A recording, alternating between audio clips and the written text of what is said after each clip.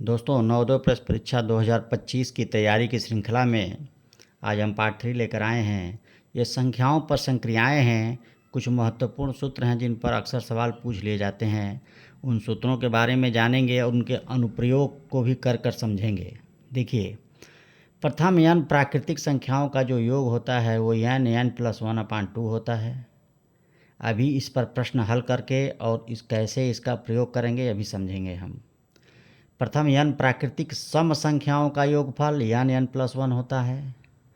प्रथम n प्राकृतिक विषम संख्याओं का योगफल n² होता है। और x के प्रथम n गुणजों का योगफल xn ब्रैकेट में n+1/2 होता है। ये फार्मूला है, आप समझ रहे होंगे क्या है n। अभी आगे के प्रश्नों में हम बारी बारी से समझते हैं कि कैसे इसका अनुप्रयोग करेंगे, परीक्षा में आ जाएगा। तो देखिए, पहले प्रश्न का अनुप्रयोग करना हम शुरू कर रहे हैं। क्वेश्चन है 1 से 25 तक की संख्याओं का योगफल क्या होगा। तो ऐसे आप लिख के जोड़ेंगे 1 2 3 4 तो बहुत लंबा हो जाएगा। जैसे मान लीजिए आपको लिखना है 1 धन 2 धन 3 धन 4 तो बहुत लंबा हो जाएगा। आप इसी सूत्र का उपयोग करेंगे n+1/2। ये चारों सूत्र याद रखिए, परीक्षा में बड़ी काम आएगा। n+1/2 n क्या है, 25 तक की संख्याओं का योगफल है, इसलिए हम n की जगह 25 रखेंगे। तो n+1/2 हम जानते हैं कि 25 तक की संख्याओं का योगफल इसी फार्मूले में n+1/2। n की जगह 25 रखेंगे, ब्रैकेट में 25 धन 1 बटे 2 होगा, यानी 25 गुणे 26/2। 2 से कट जाएगा 13, क्या मिलेगा 25 गुणे 13। और इसका मान क्या होगा, 13 × 5 = 65 की 5 हासिल 6, 13 दूनी 26 और 6 32। यानी 1 से 25 तक की संख्याओं का जो योगफल होगा वो 325 होगा और यही हमारा आंसर होगा। तो ऐसे हम प्राकृतिक संख्याओं का योगफल निकाल सकते हैं। अब दूसरा प्रश्न है, दूसरा फार्मूला आपके सामने है। n प्राकृतिक सम संख्याओं का योगफल n+1 होता है। अब कह रहा है प्रथम 4 सम संख्याओं का योगफल। प्रथम 4 सम संख्याएं कौन सी हैं, 2 धन 4 धन 6 धन 8।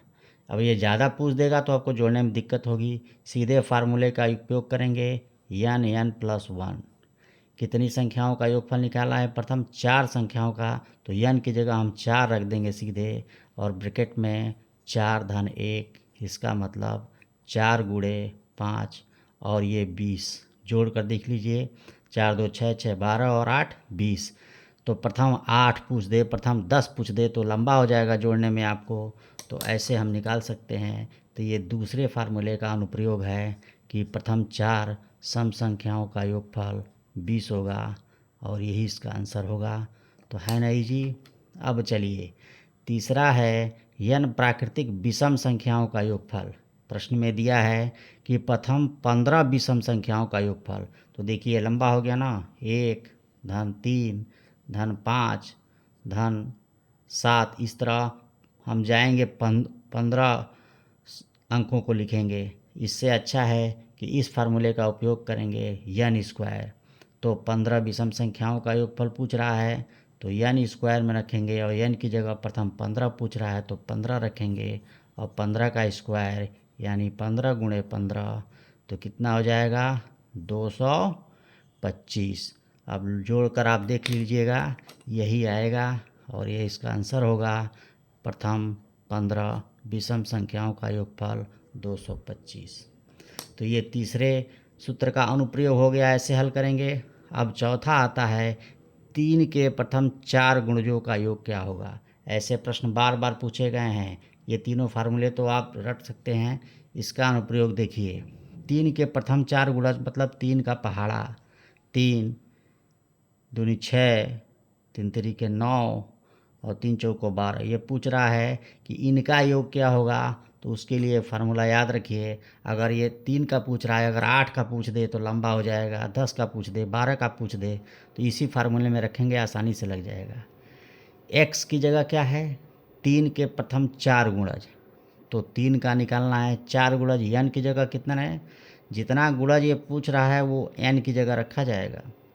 4 गुणज तो 3 गुणे 4 ब्रैकेट में n+1 फार्मूले पर ध्यान दीजिए, यानी 4+1 बटे 2। तो कितना हो गया 3 गुणे 4 + 1 कितना हो गया 5 बटे 2। 2 से कट गया 4 दो बार में, यानी हमको मिला 3 गुणे 2 गुणे 5, ये कितना हो गया 30। जोड़ कर देख लीजिए, 6 3 9 9 18 और 12, ये जोड़ने पर 30 आएगा, यानी ये फार्मूला सही है। और इस तरह का जब भी प्रश्न आएगा तो इस सूत्र का उपयोग करेंगे और इस तरह 3 के प्रथम 4 गुणजों का योग 30 मिलेगा, आंसर होगा। तो इन फार्मूलों को याद रखिए, क्योंकि इनसे परीक्षा में प्रश्न आते हैं और ऐसे उनका अनुप्रयोग होगा, है नहीं जी। Thank you for watching.